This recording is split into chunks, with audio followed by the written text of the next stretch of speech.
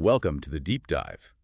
Today, we're taking a deep dive into one of science's most enduring and, frankly, pretty mind-bending questions: the true nature of consciousness. It really is a fundamental mystery. Absolutely. And you've shared some truly thought-provoking material with us.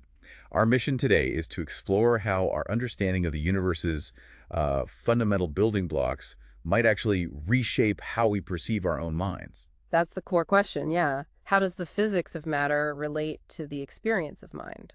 We often hear consciousness described as, simply the activity of our neurons, a purely material process. The standard view. It feels very grounded, logical, especially with all the incredible neuroscience breakthroughs. We see those amazing images of brains lighting up and so on. Right, the fMRIs and EEGs give this impression of clarity. But you're suggesting there's a deeper philosophical wobble here, a kind of hidden weakness in that materialist view. Exactly. That materialist position, it might seem incredibly robust, even sober, and it often holds the high ground in these debates. Right. Anyone questioning it gets labeled. Yeah, those who suggest otherwise can sometimes be painted as indulging in wishful thinking or mystical woo. Like Michio Kaku arguing it's just wiring. Precisely. He argued in The Future of the Mind that consciousness is fundamentally just a problem of wiring. But our sources make a surprising argument that this intuitive, dominant materialist view might actually rest on, well, shaky metaphysical ground. Shaky ground, how so? When confronted with what modern physics truly knows, or maybe more accurately, doesn't know about matter itself. Ah, so it's about the matter part of materialism. Okay, so if materialism is on shaky ground, what exactly is it missing that modern physics brings to light? Let's maybe start by outlining this prevailing materialist view first. What gives it such confidence? Okay. The materialist position fundamentally suggests the universe is, quote, fully reducible to matter. Nothing else needed. Simple enough. And its confidence is definitely fueled by those amazing advances like fMRIs, EEGs, the brain imaging tech that lets us see brain activity in pretty much real time.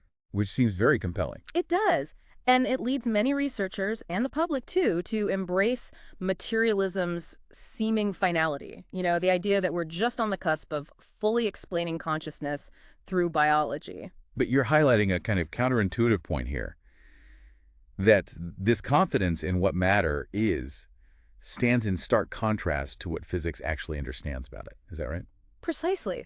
It's a fascinating paradox, really. Our very best theories in physics, the ones that describe how matter behaves with incredible precision. Like quantum mechanics. Exactly. They tell us remarkably little about what matter is, fundamentally. Really? So we know how it works, but not what it is. In a deep sense, yes. The very particles making up your brain remain in many ways as mysterious as consciousness itself. It's a huge blind spot. Wow. And this idea of matter being a simple thing, like tiny bits of stuff, that really starts to unravel when we look at the quantum level, doesn't it? It completely unravels. Our sources share a great anecdote about this. A young physics student asks, "What's an electron?" Right. And the answer they got was stunningly vague, almost circular. Which was? An electron is that to which we attribute the properties of the electron. Huh. That tells you basically nothing about what it is. Exactly. It sounds circular because, well, it kind of is. But that response perfectly encapsulates the profound shock quantum mechanics delivered to physics about a century ago. It just turned everything upside down. Completely. It swept away that old classical view of reality where matter was like miniature billiard balls, solid, predictable, clearly defined. Easy to picture. But wrong, apparently. Yeah. Instead, quantum physics gave us this powerful but paradoxical mathematical framework. It emphasizes things like probability waves, essential uncertainties, And the observer effect. and the deeply unsettling idea that experimenters disturb the reality they seek to measure.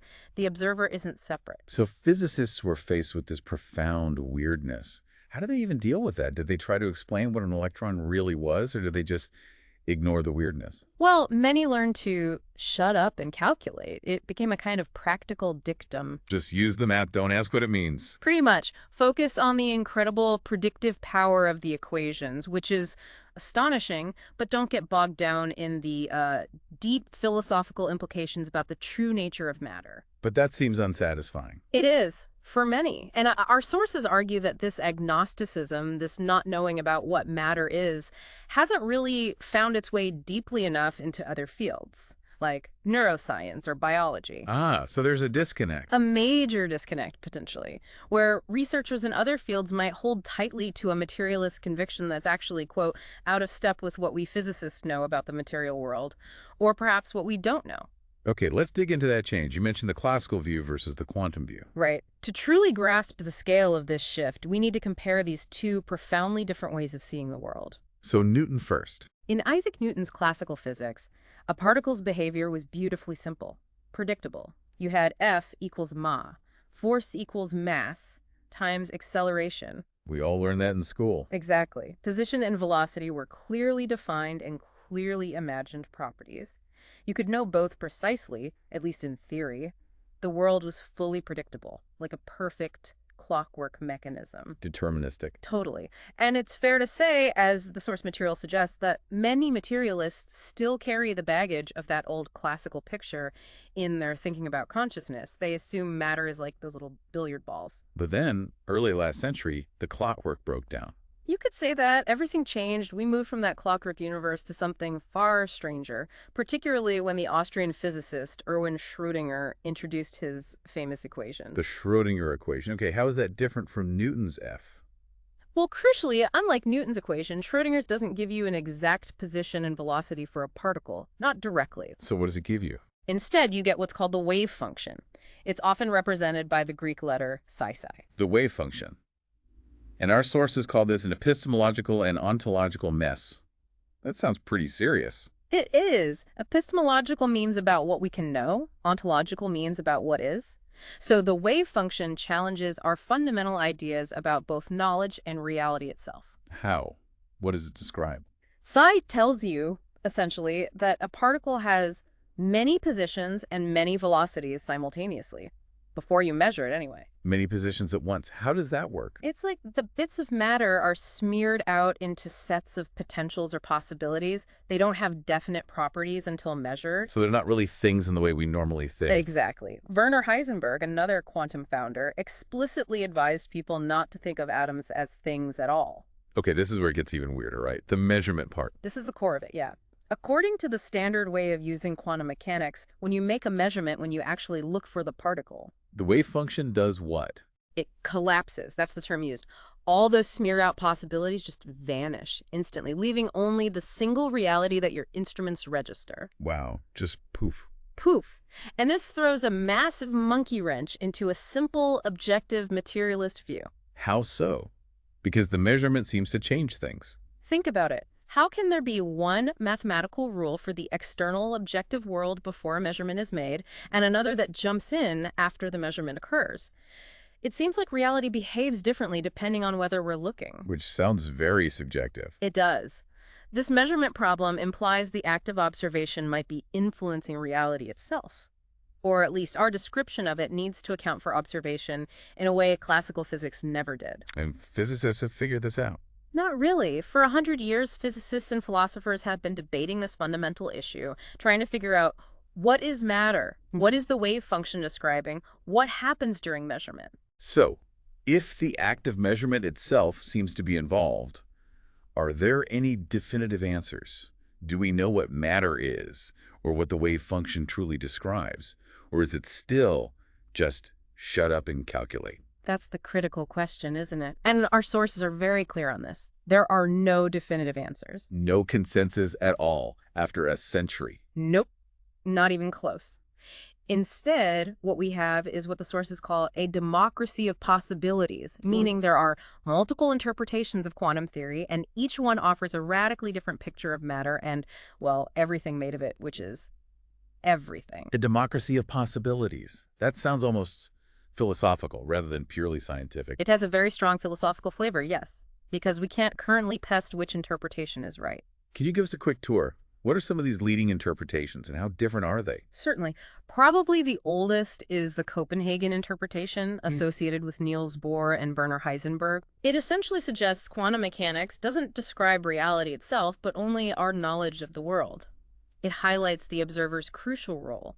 The measurement outcome depends on the whole experimental setup. So it sidesteps the question of what reality is when we're not looking. In a way, yes.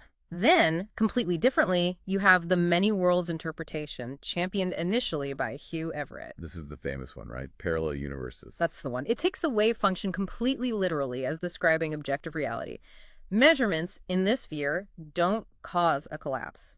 Instead, the entire universe literally splits off into many, perhaps infinite parallel versions of itself, one for each possible outcome. Whoa. Yeah. Each possibility becomes real in its own separate universe. This is often favored by materialists because it avoids giving the observer a special role and keeps reality objective. Yeah.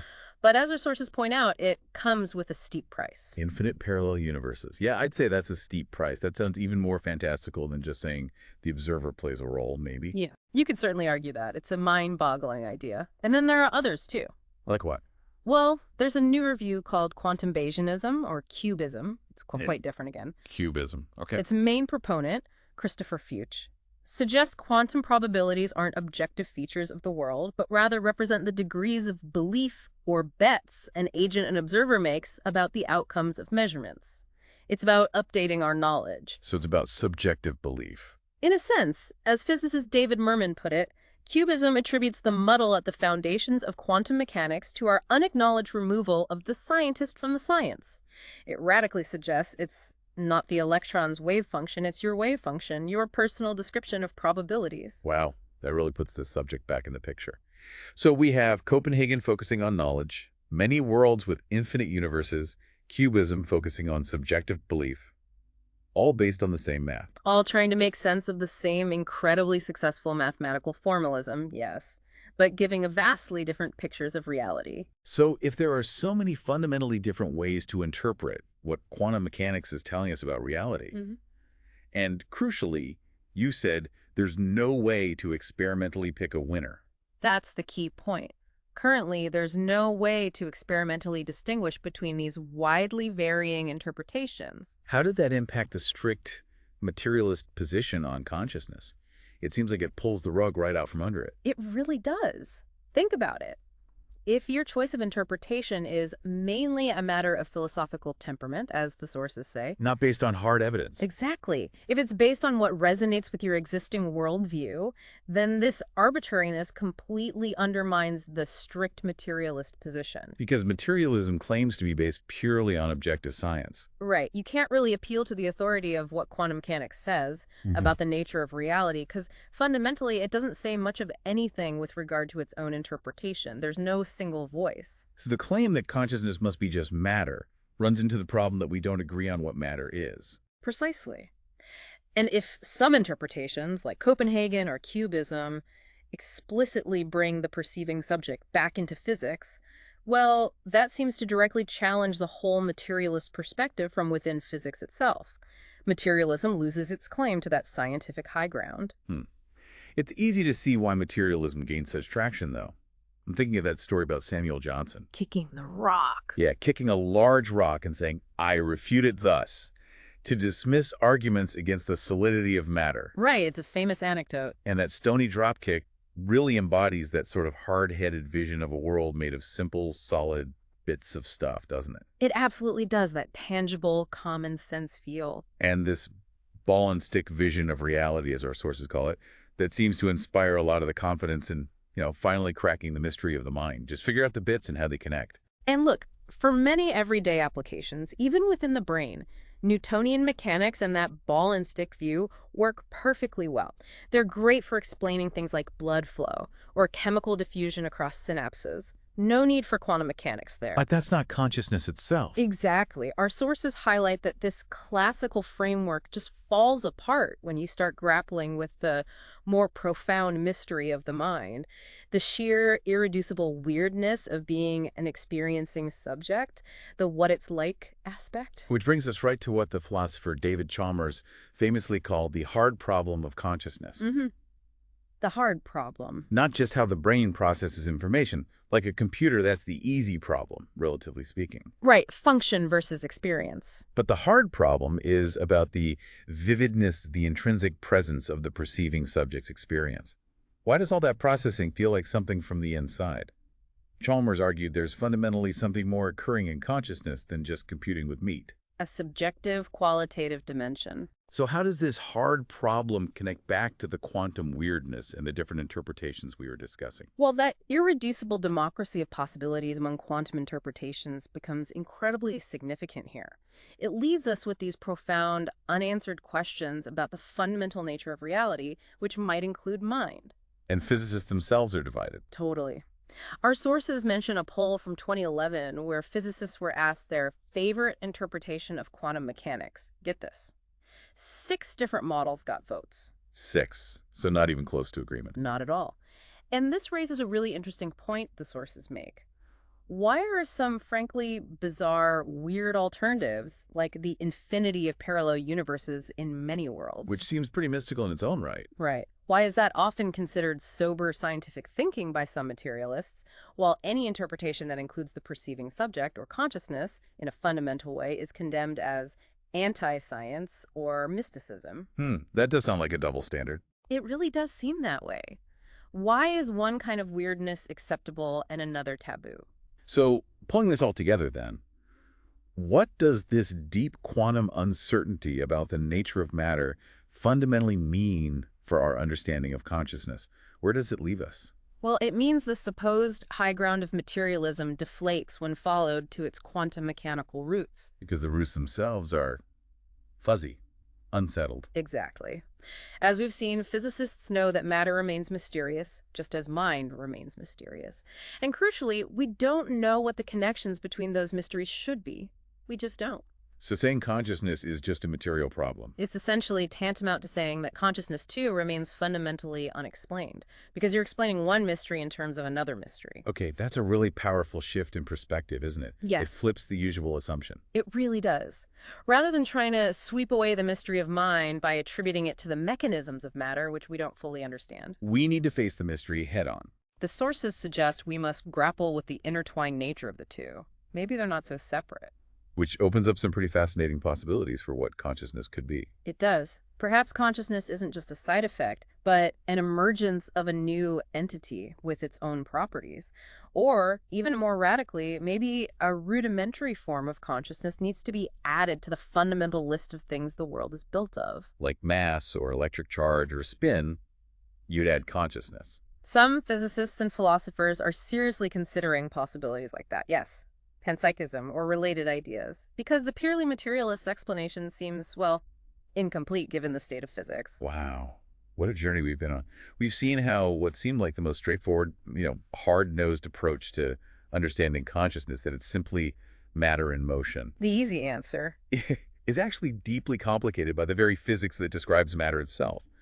The idea that matter is just simple, objective stuff is far from settled science. Very far. Precisely.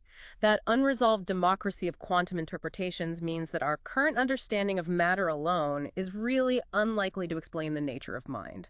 We're missing something. It could even be the other way around. It's just as likely, perhaps, that the opposite will be the case, that our future understanding of mind, of consciousness, will actually shed light on the remaining mysteries of matter and quantum physics. That really turns things on their head. It brings to mind that line from the poet Richard Wilbur, playing on the Sam Johnson anecdote. Ah, yes, the kicking the stone response. Wilbur wrote, "Kick at the rock, Sam Johnson, break your bones. But cloudy is the stuff of stones."